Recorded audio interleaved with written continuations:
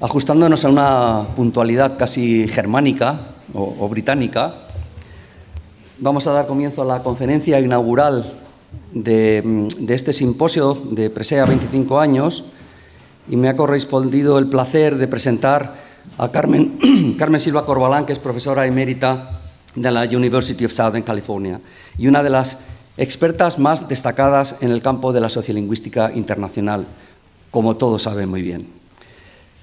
Carmen Silva es tan conocida que no he podido resistirme a la tentación de preguntarle al ChatGPT qué sabe de Carmen. Y es increíble. En este caso, dice: Carmen Silva Corbalán ha realizado importantes contribuciones a la lingüística. ¿Tú te has buscado en ChatGPT? Pues que sepas que has realizado importantes contribuciones a la lingüística tanto a través de tu investigación como a través de tu trabajo docente en reconocidas instituciones académicas. Y algunos de tus logros y contribuciones más destacados incluyen investigación sobre la estructura y el cambio lingüístico. Carmen ha llevado a cabo investigaciones en el campo de la sintaxis y la morfología, analizando la estructura de diferentes lenguas y cómo estas estructuras evolucionan y cambian con el tiempo. Punto 2. Estudio del bilingüismo y la adquisición del lenguaje. Carmen ha investigado en profundidad el bilingüismo y la adquisición del lenguaje en contextos multilingües. Sus investigaciones han proporcionado información valiosa sobre cómo los individuos adquieren y utilizan múltiples lenguas en diferentes entornos sociales.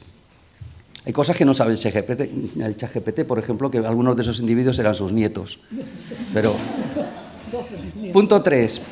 Contribuciones a la sociolingüística. Carmen ha realizado estudios sociolingüísticos que han arrojado luz sobre cómo factores sociales, culturales y políticos influyen en el uso y la variación del lenguaje en diversas comunidades lingüísticas. Y termina.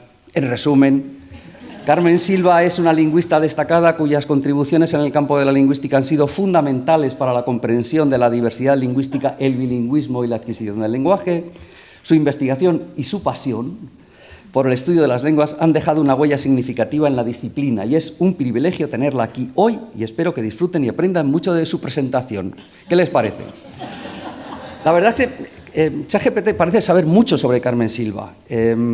Incluso sabe que dos de sus obras más destacadas son Sociolingüística y Pragmática del Español, publicada en su segunda edición con Andrés Enrique, que está por aquí, o Bilingual Language Acquisition, del año 2014, aunque se le olvida una de las obras más influyentes de Carmen Silva, que es una obra de los años 90, que es Language, Contact and Change en Los Ángeles, Spanish in Los Ángeles, el año 1994. Y lo que no conoce el sabiondo del ChatGPT es que una mañana sevillana del año 92 asistía a esa conferencia de Carmen Silva con motivo del Congreso de la Lengua Española de la Expo 92, que muchos de ustedes ni sabrán lo que es, y que allí Carmen Silva dijo textualmente: me parece que la primera prioridad debería tenerla un estudio sociolingüístico coordinado del español hablado en las principales ciudades de España y de América. Bien conocidos ya son los estudios de la llamada norma culta en los grandes centros urbanos a ambos lados del Atlántico, iniciados en el año 68, y es imperativo en este momento ampliar estos estudios de tal manera que se pueda examinar la gama real de variedades manejadas por la mayoría de los individuos de cada uno de estos centros urbanos. Eso dijo Carmen Silva Corbalán. Al terminar su exposición me acerqué a ella y le dije que me gustaría preparar ese estudio sociolingüístico que había presentado tan entusiastamente, y su respuesta fue muy positiva, casi diría que entusiasta, tanto que desde prácticamente entonces los dos coordinamos el proyecto 5 dentro de la Asociación de Lingüística y Filología de la América Latina, de ALFAL. Ese estudio coordinado es el que se ha acabado llamando Presea. Y el ChatGPT tampoco sabe que, como consecuencia de ese encuentro, Carmen Silva me invitó a dar unas conferencias en su universidad en Los Ángeles, donde tuve la oportunidad de conocer a Andrés Enrique o a Javier Puello, que es el que finalmente ha acabado haciendo el sistema de búsquedas de la página de Presea, y que poco después Ana María Cestero, que fue mi primera doctoranda, también fue a Los Ángeles a trabajar directamente con Carmen Silva. Eso no lo sabe ChatGPT. ChatGPT sabe muchas cosas, pero no sabe de relaciones humanas, no sabe de experiencias compartidas, no sabe de redes de afecto, no sabe de redes de agradecimiento. como el agradecimiento que quiero expresarle hoy a Carmen Silva por acompañarnos, por cruzar todo un continente y todo un océano para poder estar aquí en esta conferencia inaugural. Así es que muchas gracias, Carmen. Gracias.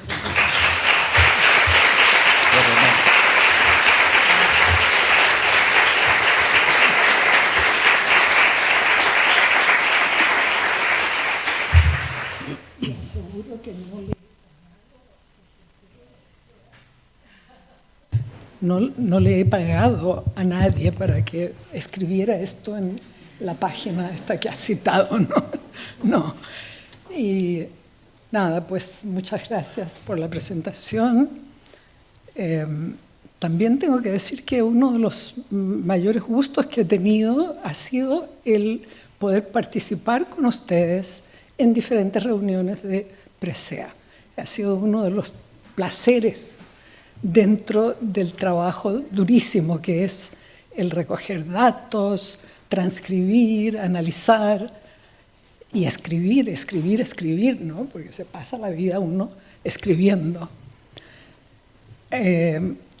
Quiero también especialmente felicitar de alguna manera al comité organizador de este simposio celebratorio por la magnífica organización, ¿no?, del simposio, es que es extraordinaria.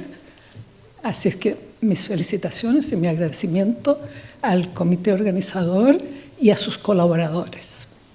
Pero especialmente agradecer a Ana María Chester y a Francisco Moreno, Paco, porque han hecho que mi viaje desde allá del Pacífico, en las costas del Pacífico, resultara más o menos o bastante agradable, ¿no? Podría haber sido trágico, pero ha sido agradable. Entonces, gracias Ana María, gracias Paco.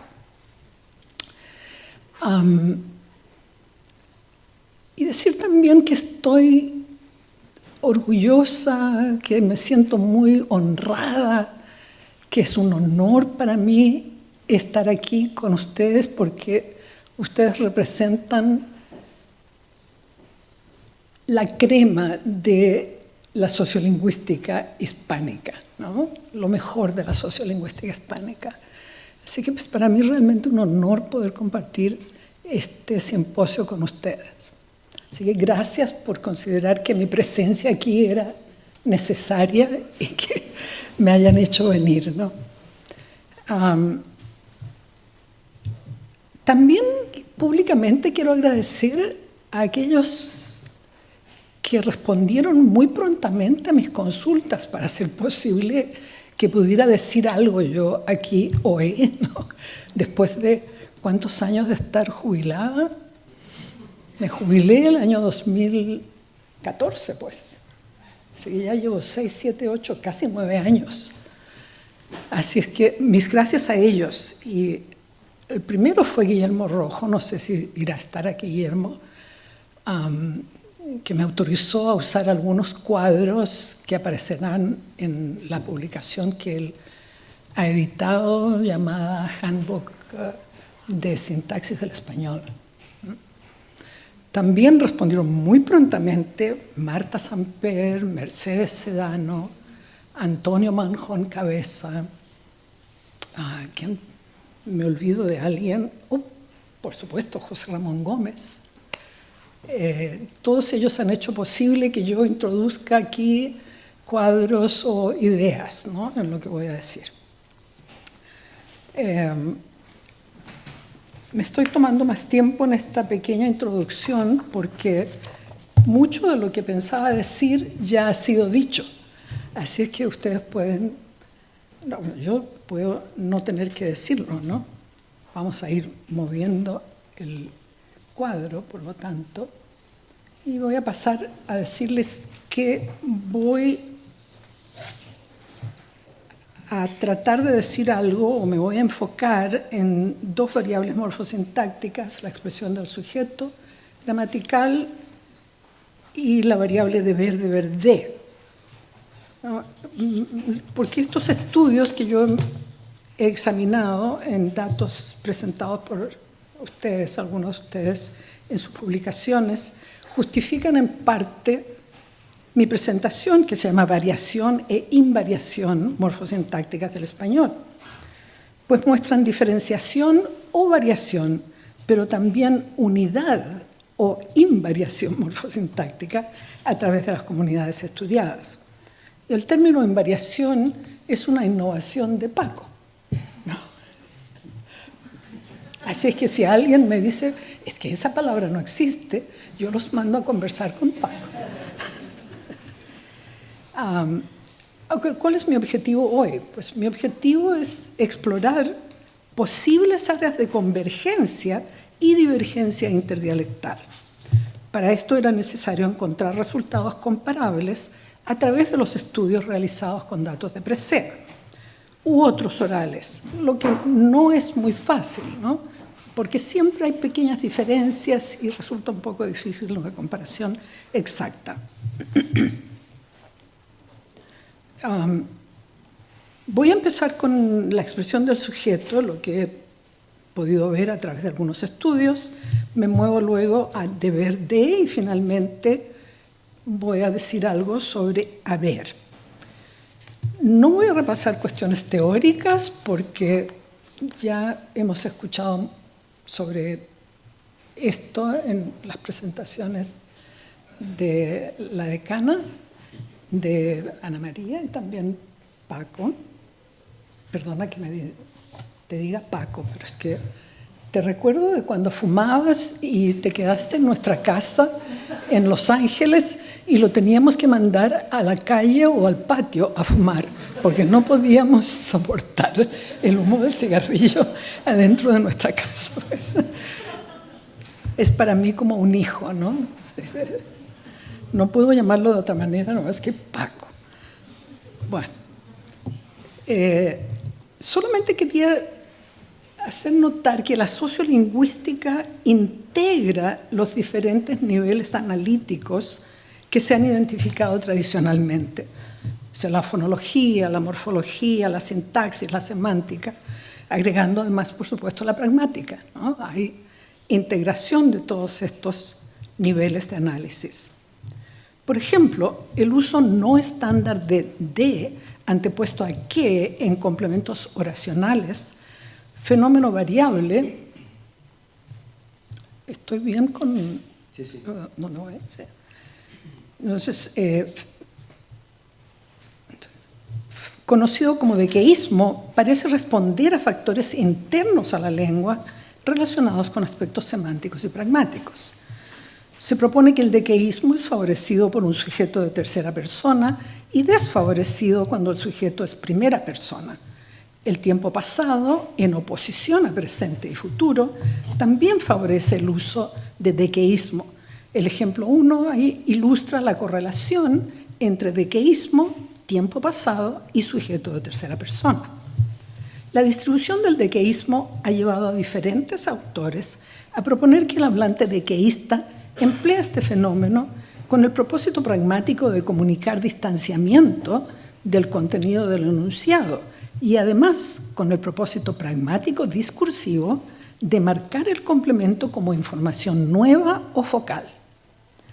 La variable dequeísmo entonces conllevaría significados pragmáticos y no correspondería a dos formas de decir la misma cosa, pero sí tendría el mismo significado referencial. Y así ese es el nivel en el que la variación sintáctica se ha enfocado, ¿no? Si hay dos variantes que referencialmente tienen el mismo significado, vamos a examinar entonces cuáles son las ramificaciones pragmáticas de estas dos variantes. Hay variables sintácticas y morfológicas que no parecen conllevar diferencias de significado en ningún nivel de análisis lingüístico o pragmalingüístico. Por ejemplo, el doblado de clíticos en perífrasis verbales, como en dos, posiblemente también algunos fenómenos de concordancia de número, como en el ejemplo 3, e incluso la pérdida de marcación de caso en cláusulas relativas, como en el ejemplo 4. Parece que no tendrían diferencias de ningún tipo.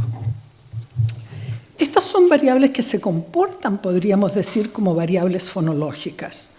Su mayor o menor frecuencia de ocurrencia puede interpretarse como indicadora de significados sociales o estilísticos. Pero debo decir esto con una cierta cautela, sin embargo, ya que nuevas investigaciones podrían revelar significados semántico-pragmáticos para estas variables. En verdad, la presencia variable de una copia pronominal en cláusulas relativas, como en el ejemplo 5, que había sido estudiada como un caso de variación solo estructural, ha resultado tener una motivación pragmática cuando la función sujeto se copia en una cláusula relativa. Cerrón Palomino examina esta variable en Materiales de Lima, Perú, y argumenta de manera convincente que el sujeto reasuntivo tiene una función contrastiva.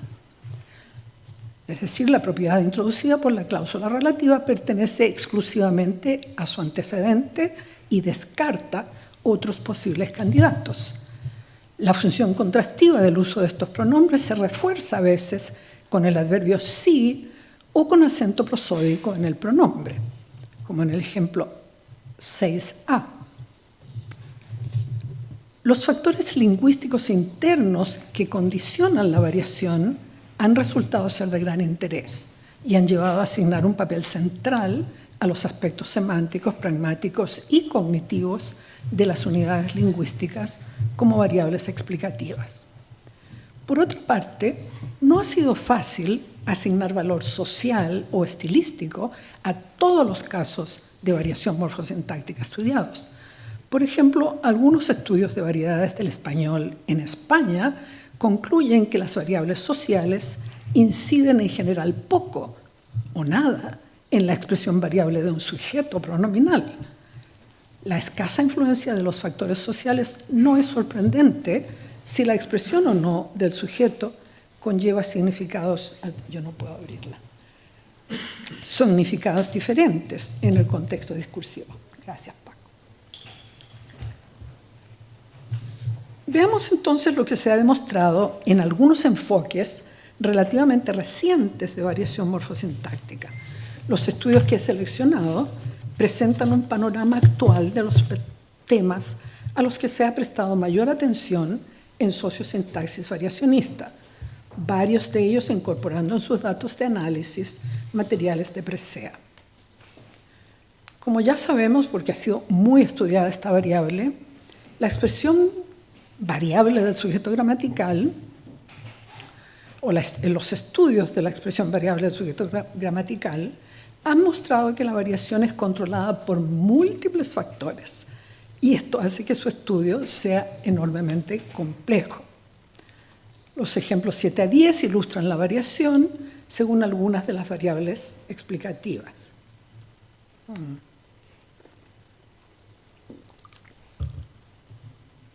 El sujeto no se requiere en el ejemplo 7, pero es en cambio obligatorio en 8 a 10. Obviamente, si la información transmitida por el sujeto es nueva o focal, contrastiva, este debe expresarse. Es posible que entren a desempeñar un papel factores pragmáticos y semánticos. En el ejemplo 10, la expresión o no de yo en 10b tiene consecuencias semánticas claras, ya que un sujeto cero implica que es ella la que estaba temblando y no yo, que es lo que el hablante especifica al expresar yo. La correferencialidad ha resultado ser un factor estadísticamente significativo en casi todos los estudios. El ejemplo 7 la ilustra. 2 formas verbales finitas en cláusulas contiguas con el mismo sujeto.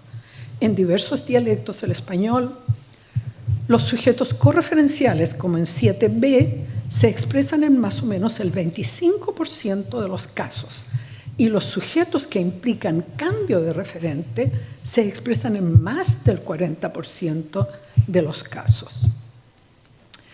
Es también notable que las probabilidades asignadas al factor correferencialidad del referente del sujeto en estudios de diferentes dialectos sean exactamente iguales.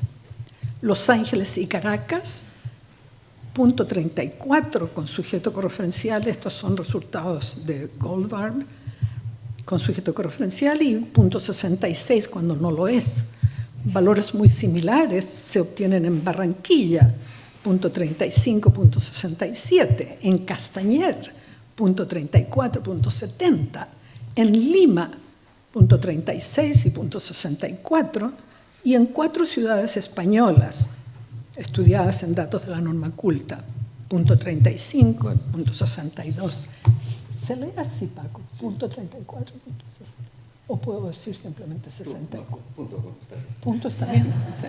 Tengo que preguntar ya, porque nunca estoy segura de si se dice así aquí o solamente en mi propio idiolecto. El tipo de verbo ha resultado también significativo. Esta variable ha sido incluida con algunas diferencias en cuanto a la clasificación de los verbos en varios estudios que han refrendado la relación entre tipo de verbo y expresión del sujeto pronominal.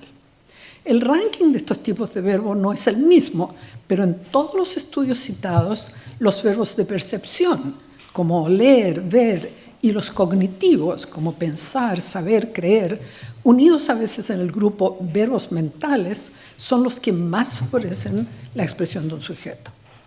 Por ejemplo, factores determinantes en la expresión del sujeto pronominal en el corpus presea de Granada han resultado ser el tipo de verbo y la especificidad del sujeto. Como muestra el cuadro 1, tal como en otras comunidades, los verbos que significan procesos mentales del tipo creer, saber o ver presentan una alta tendencia a expresarse con el sujeto pronominal. En datos presea de Sevilla, creer y recordar aparecen con el porcentaje más alto de sujetos pronominales. La persona gramatical es un factor determinante en la expresión de un sujeto. Además del pronombre uno indefinido, que presenta generalmente la probabilidad más alta de empleo, es común que los sujetos singulares se expresen con mucho mayor frecuencia que los plurales, como se observa en el cuadro 2, presentando ahí pesos probabilísticos y porcentajes obtenidos en el análisis del corpus de Granada, en las columnas A, y en los porcentajes obtenidos en 24 entrevistas del sociolecto alto en el corpus de Sevilla, en las columnas B. Expresión del sujeto con persona gramatical, según persona gramatical. En general, los factores sociales no tienen gran influencia en la expresión variable del sujeto. Algunos estudios en datos de presea, sin embargo, han indicado que el sexo y la edad parecen incidir en la variación. Las mujeres son las que más uso hacen del sujeto pronominal. Parece que nos gusta decir yo, yo, yo. Seremos demasiado egocéntricas, no sé. En los datos de Sevilla, por ejemplo, las mujeres casi duplican el empleo de yo frente a los hombres, 61 versus 39%, estudio de RPD.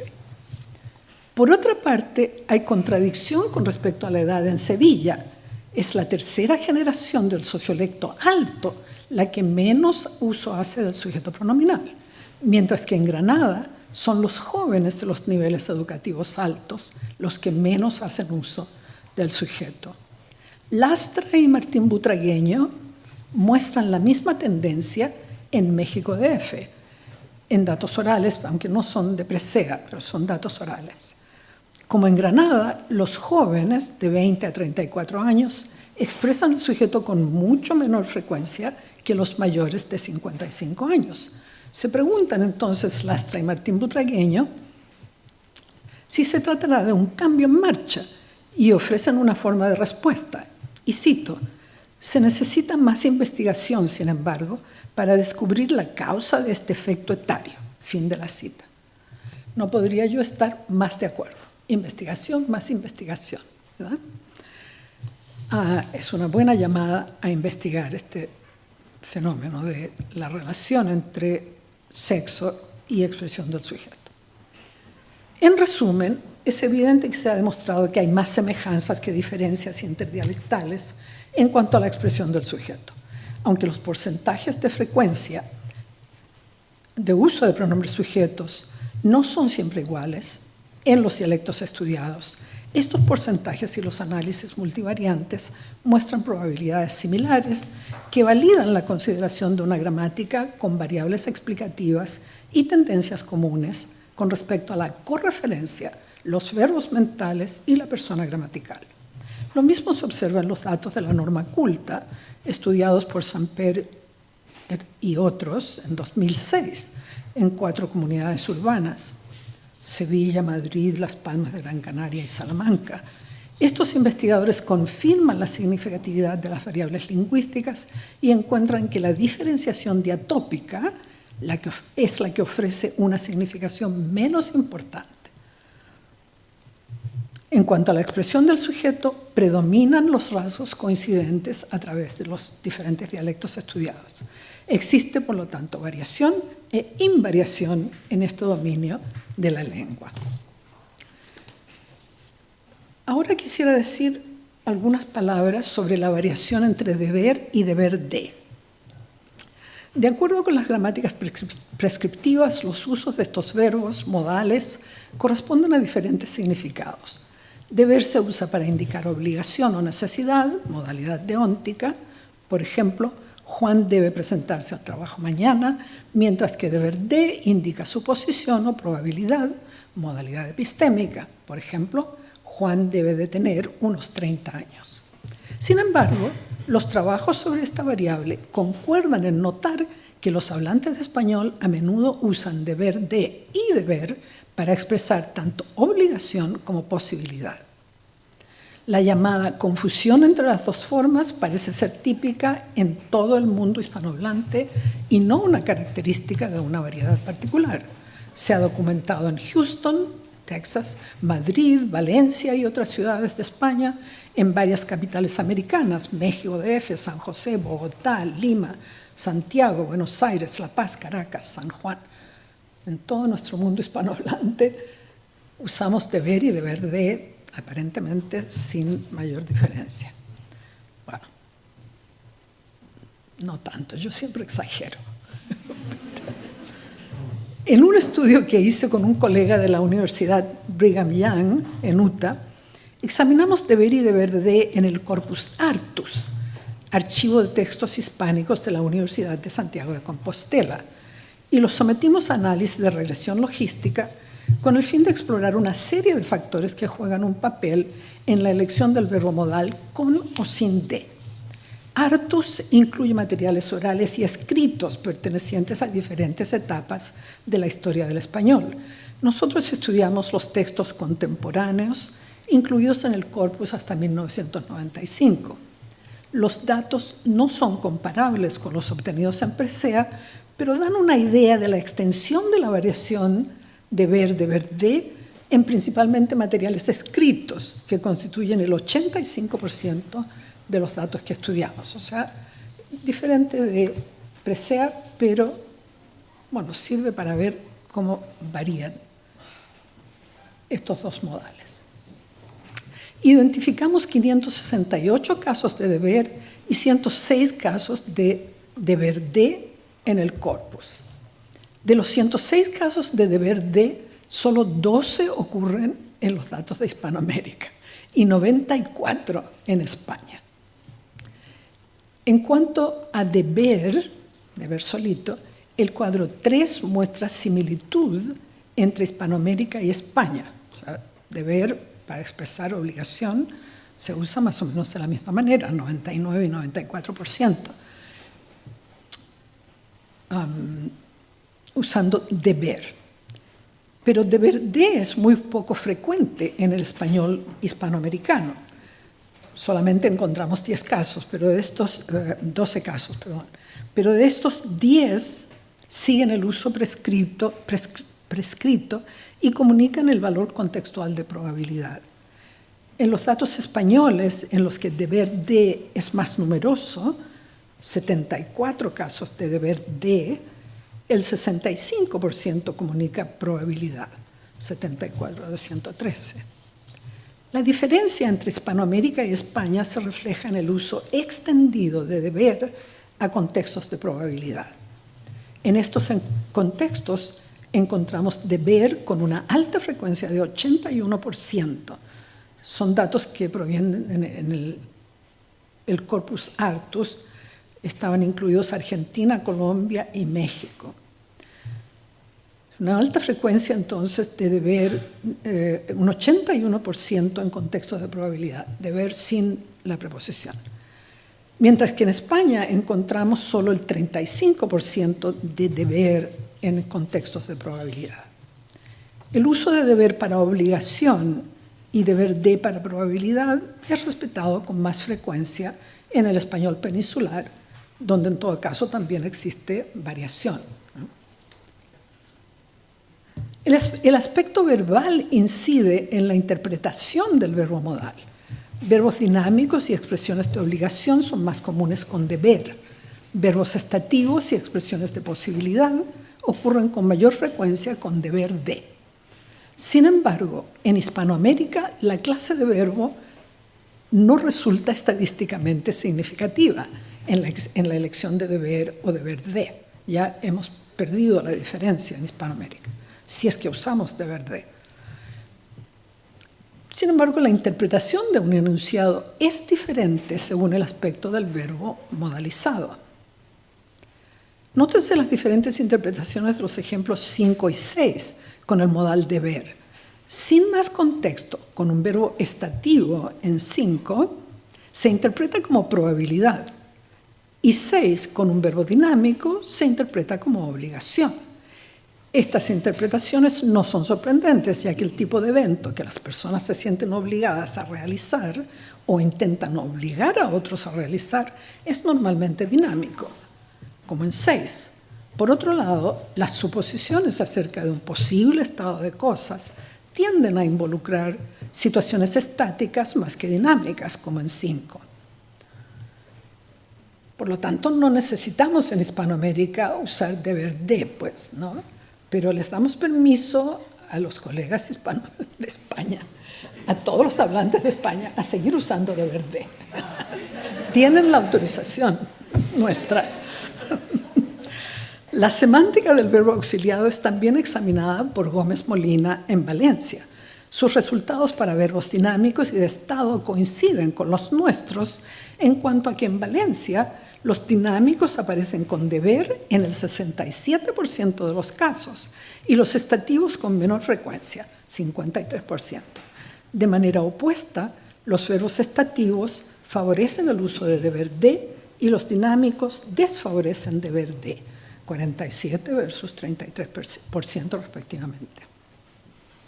Queda claro entonces que los dos modales se usan para expresar tanto modalidad deóntica como epistémica, al menos en España, como indica el cuadro 4, que recoge resultados en corpus orales de España y Caracas. Nuevamente aquí hay que considerar los porcentajes con cautela, pues la cantidad de datos de Granada es pequeña. Caracas, Castellón y Madrid examinan datos orales, aunque no de presea, y Valencia examina datos de presea, pero incluye también datos de Valesco, que sí son orales, no de presea, pero son orales. Y además no son la mayoría de los datos de Valencia. Son los datos estudiados por Gómez Molina. Ahora bien, los usos de deber con valor deóntico son altos en estas 5 ciudades, pero solo en Valencia hay una diferencia notable con su uso en contextos epistémicos, 74 versus 26%. Quizá, exceptuando Valencia, creo que podemos considerar el uso de deber un ejemplo de invariación interdialectal.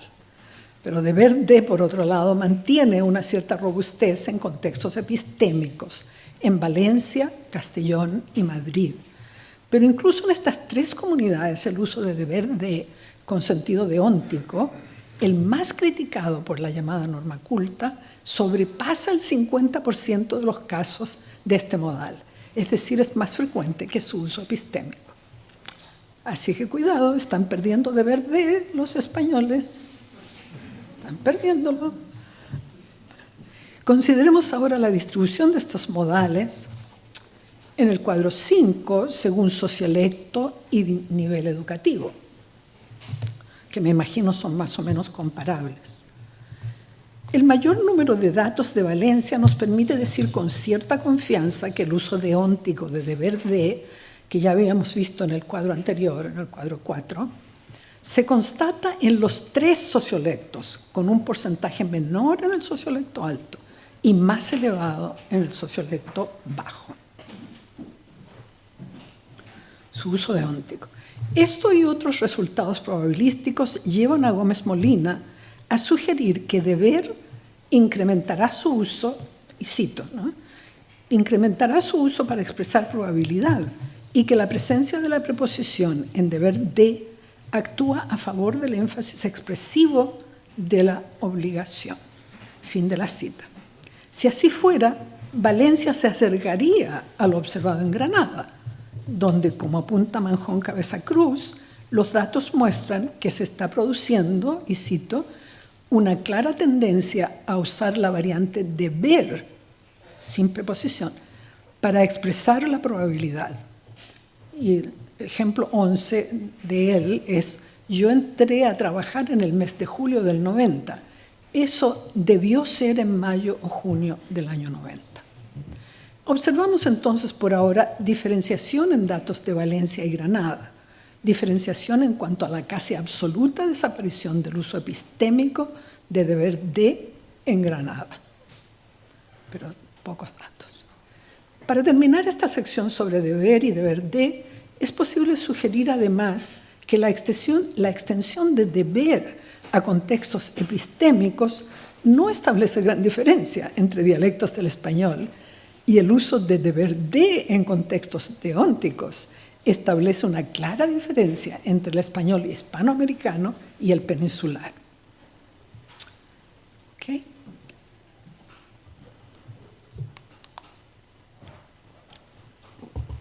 Y ahora quiero detenerme unos minutos en lo que he aprendido mirando publicaciones de Presea y una que otra publicación sobre el español oral, sobre haber. La pluralización de haber es una variable sintáctica que ha recibido bastante atención en los últimos decenios. Su estudio ha sido privilegiado por algunos equipos de Presea. Con metodologías comunes se espera determinar con más precisión tanto su difusión geográfica y social como los factores lingüísticos que condicionan la variación. La variante plural, como en el ejemplo 1a, parece que ahí está, por ejemplo 1a, en el que la frase nominal, muchas protestas, concuerda en número con el verbo, alterna con la variante normativa en singular. Ha habido muchas propuestas. Haber es un verbo presentativo, es decir, introduce en el discurso el referente de una frase nominal considerada el objeto directo, usualmente en posición posverbal, que parece reinterpretarse como el sujeto de la oración y se hace concordar con el verbo. La variante concordada de haber impersonal en la norma culta de varias ciudades de España e Hispanoamérica había sido constatada ya en los años 90, pero no se habían encontrado casos de pluralización en las normas cultas de Madrid y Sevilla. En el 2016 se comprueba la existencia de haber plural en los corpus Presea de Madrid en todos los estratos sociales. Este es el estudio de Florentino, ¿no? Aunque en un porcentaje bajo. La ocurrencia de haber plural en todos los estratos sociales es compartida por estudios realizados en países hispanoamericanos y en otras ciudades de España. Vemos ahí los porcentajes en el cuadro 6, que van desde el 2,1% al 8,4%, y del 8,4% en Ciudad de México, hasta un alto 82% de pluralización en Táchira, en Venezuela. Estos porcentajes deben considerarse con precaución, pues no todos los estudios están basados en las mismas metodologías, pero al menos dan una idea de la extensión de este fenómeno, que parece ir en aumento en muchas variedades del español. Las formas pluralizadas, habemos y hubieron, en cambio, no son frecuentes y parecen estar estigmatizadas en el nivel educativo alto en algunos dialectos, o en la mayoría de los dialectos. La pluralización de haber y de los verbos auxiliares usados con haber, como poder, deber, soler, etc., como en el ejemplo 2, se manifiesta en todos los países hispanohablantes. En España se ha sugerido que los porcentajes más altos constatados en Valencia y Castellón son resultado del contacto con el catalán. En Castellón, Blas Arroyo observa que las formas plurales de haber y son producidas con frecuencia en catalán. 52% de pluralización en catalán, similar al porcentaje de formas plurales en el español de Castellón, 56%. Además, el análisis de regresión múltiple comparativo muestra variables explicativas similares en las dos lenguas, apoyando una posible situación de influencia recíproca. En Hispanoamérica, al menos dos variantes que favorecen la pluralización son comunes a casi todos los estudios realizados: el rasgo más humano de la frase nominal y la idea de pluralidad, como en los ejemplos 3 y 4. Otras variables son significativas en unos estudios y no en otros, por ejemplo, el tiempo del verbo y variables sociales como el sexo y el nivel socioeconómico.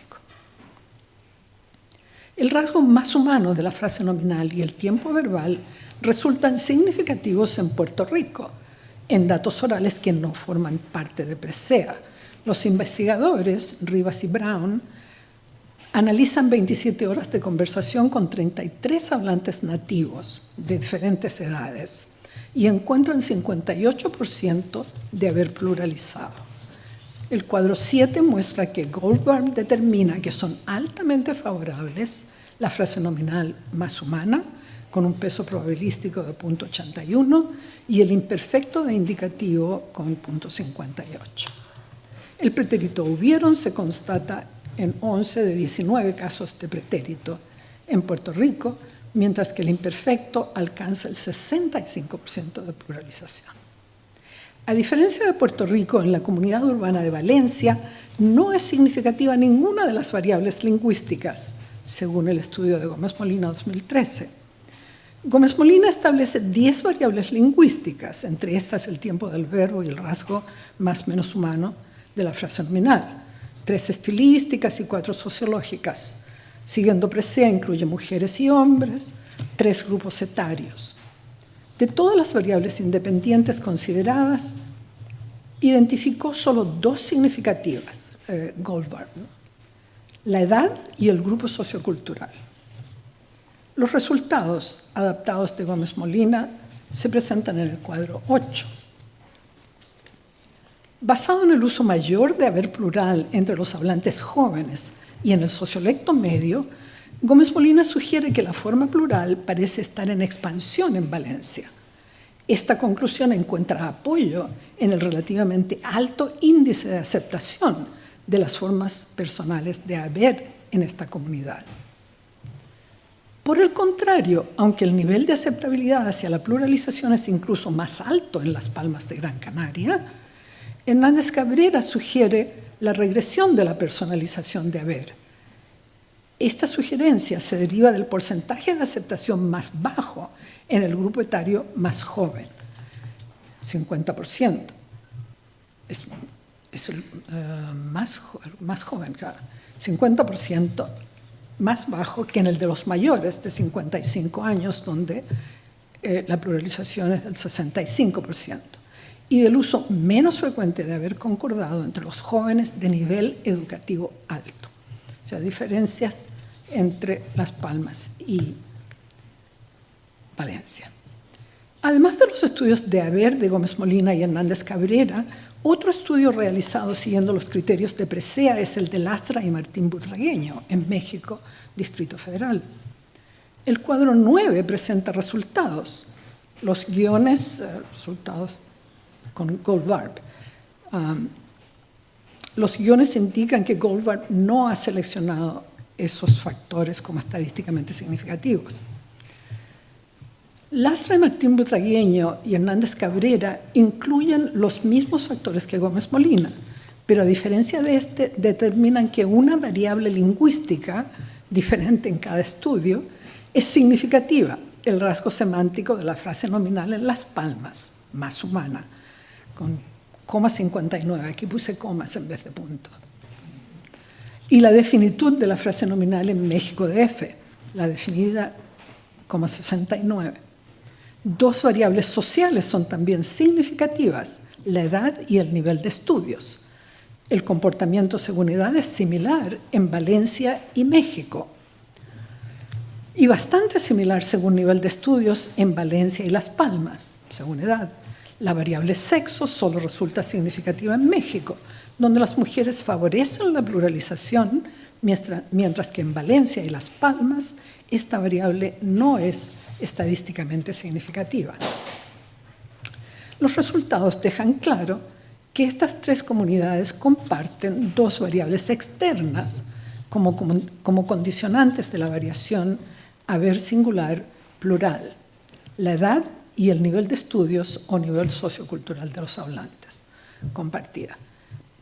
Este podría ser otro ejemplo de invariabilidad entre dialectos. Los niveles medio y bajo potencian la pluralización y el nivel alto la restringe en las tres localidades. Así pues, el análisis probabilístico subraya las semejanzas en sus gramáticas y también las diferencias entre México DF y las dos comunidades peninsulares. Y ahora ya concluyo con unas pocas notas optimistas. ¿Cómo voy con el tiempo? ¿Voy bien? Porque he corrido mucho. No podemos dejar de reconocer los avances logrados en el estudio de la variación sintáctica, aunque todavía nos queda mucho por hacer. Muchísimo por hacer. Es de esperar que estudios coordinados continúen dando resultados significativos para el avance de nuestro conocimiento de la vida real de la lengua española en sus principales variedades y para el esclarecimiento de ciertos aspectos fundamentales de la teoría sociolingüística. Un resultado de crucial relevancia que nos permita evaluar el futuro de las variedades del español hablado será la identificación de fenómenos de variación que correspondan a cambios en marcha, ya sea hacia patrones más conservadores o alejándose de ellos y, por tanto, presagiando quizá mayores divergencias interdialectales. Una comparación de materiales recogidos en dos periodos diferentes podría arrojar resultados reveladores. Últimamente, en programas televisivos de Chile, y no sé si le di las gracias a Abelardo San Martín por haber respondido a mis consultas muy prontamente. Al principio de mi presentación di gracias a algunos de mis colegas. Pero algunas preguntas sobre Chile. Él no es culpable de lo que yo diga sobre Chile, porque en todo caso. Últimamente en programas televisivos de Chile, por ejemplo, he notado que el imperfecto de subjuntivo en ra, cantara, ha dado paso variablemente a la forma en se, acercándose quizá, creo yo, al uso peninsular. Entonces, vemos un ejemplo como, imagínese el daño inmenso que va a hacer todo esto si todo esto llegase a bajar. Una decisión tan compleja que en la mayoría de los casos, ¿tengo los ejemplos ahí? Sí. De los casos, tan compleja que en la mayoría de los casos no se hubiese tomado. Hace solo unos 50 años atrás, ya estoy diciendo los años atrás en que viví en Chile, habrían dicho, pienso yo, si todo esto llegara a bajar y no se hubiera tomado esa decisión, que es lo que yo todavía digo, ¿no? Prácticamente nunca uso la forma en se. Un hablante santiaguino en mis datos dice, y sigo el tema y lo converso y todo, como si fuera normal. Hoy en día, estos son mis datos de hace 50 años. Hoy en día dirían, parece como si fuese normal o algo así. Ya lo confirmará Abelardo en algún momento. En la televisión española parecen favorecer el imperfecto en se, pero se escucha también de vez en cuando la forma en da. No han dejado de luchar para que este caso no cayera en el olvido, dicen en el telediario Primera Edición. ¿Están ahí? Sí, sí, sí. Otros exjugadores tampoco creen que el Barça comprara árbitros. No comprase. Hace unos días, la juez le pidió que entregase el contrato firmado con la federación para que se disputase en Arabia. O sea, aparecen tanto ya como sé. Otro fenómeno que también me llama la atención es la marca variable de objeto directo con la llamada apersonal, que ha sido objeto de numerosísimos estudios, principalmente generativistas, bajo la denominación de marcado diferencial de objeto directo, o en inglés DOM, por Differential Object Marking, DOM. Parece DOM, bueno, generativista. Me llama la atención porque en mi variedad de español creo que en general no marcaría con A objetos directos definidos o indefinidos que designan objetos inanimados. Pero encuentro estos ejemplos en la televisión española. Uno dice su discurso, hablando de Erdogan en Turquía. Su discurso nacionalista y su propuesta de un Estado islamista ha vencido a las esperanzas de cambio y acercamiento a Occidente. En mi variedad, yo diría, ha vencido las esperanzas de cambio. El gobierno está inspeccionando a los supermercados. ¿A los supermercados? Los supermercados, ¿no? No hemos visto a turistas haciéndose la típica foto. Bueno, aquí un poco humanos quizá. En mi variedad no hemos visto turistas haciéndose la típica foto. Es imposible ya pasear por Valencia sin ver a ningún ninot. Sin ver ningún ninot en mi variedad. Imposible pasear sin ver ningún ninot. Con algunos errores de percepción, como ver y conocer, la gramática más tradicional, acepta que aparezca la A, pero en mi variedad no la usaría. ¿Podría esto representar un cambio en marcha, incluso en Hispanoamérica? Entonces, en España se están reinterpretando los objetos directos y siendo marcados como objetos indirectos, porque todo objeto indirecto va marcado con A. Nótese que el leísmo es un caso de objeto directo marcado como objeto indirecto. Le di a Juan. Para nosotros podría haber sido lo vi a él, ¿no? A Juan lo vi. O sea, caso, ¿no? En todo caso, es necesario examinar empíricamente esta escurridiza A. Muy escurridiza está. Así pues, como bien lo escribió Fran Carriscondo en la primera estrofa de su poesía para Presea en 2006, preparados para investigar la lengua en sociedad, no hay variable ni comunidad que dejemos sin analizar.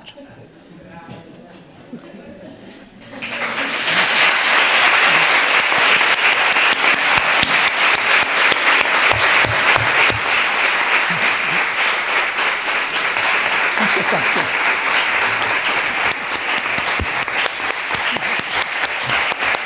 Muchas gracias.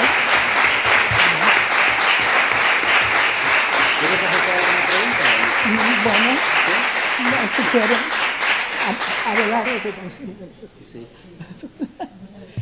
Muchas gracias, Manfred, por esta conferencia tan Carmen Silva, en la que Muchas te podemos gracias reconocer. a todos ustedes por su paciencia.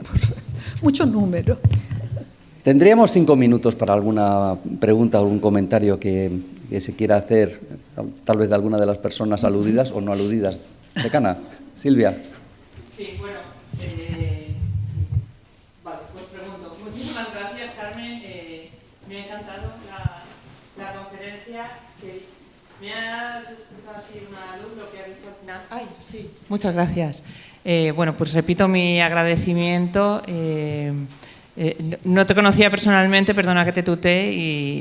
Me puedes tutear, me hace sentir más joven. Y en directo eres bueno, igual de buena que en tus artículos, así que muchísimas gracias.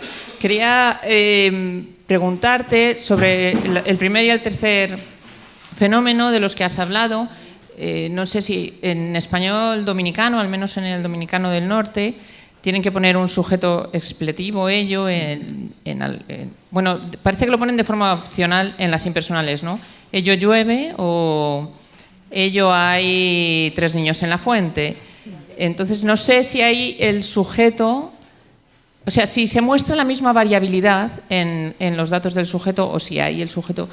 Bueno, mis predicciones como generativista que dice Dom son que ahí el sujeto debería ser obligatorio prácticamente siempre. Entonces, no sé si has podido mirar esos datos. Y luego, con respecto a lo del DOM, claro, los argentinos tienen marcado excepcional de caso todo el rato y ellos, hasta donde yo sé, no son leístas. Entonces, no sé si la correspondencia, que desde luego parece exciting, es...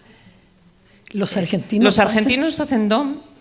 Bueno, los trabajos de Andrés Saab, yo solo porque he leído a Saab sobre el marcado excepcional de caso, sí, tienen la A en sitios donde para mí es que estos datos para mí eran buenos todos, en sitios donde para mí es absolutamente agramatical y sin embargo ellos no son leístas, por eso me ha extrañado.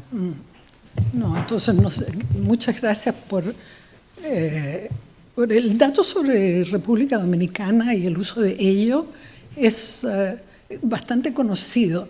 Yo no sé si será una extensión de la obligatoriedad del sujeto o una especie de influencia de lenguas afroamericanas, lenguas que pueden tener no sé, no he estudiado el fenómeno. No te podría dar una respuesta sobre eso. Y no sabía que en Argentina están marcando con A casos donde ustedes lo considerarían agramatical, ¿no? Como por ejemplo, ¿me puedes dar un ejemplo? No te lo puedo dar ahora, pero te lo puedo buscar. Okay. Bueno, está por aquí la gramática Claudia Borzi, que nos puede ilustrar cuando tomemos el café sobre el uso de A en Argentina, sí, también. Bueno, nos vamos. Bueno, por alusiones está Mercedes Sedano allá, que quería decir algo. Oh, Mercedes, también te tengo que agradecer porque contestaste. Si es Mercedes, tiene que tomar la palabra, aunque sea la hora. Sí. Espera, es que se necesita el micrófono porque se está grabando.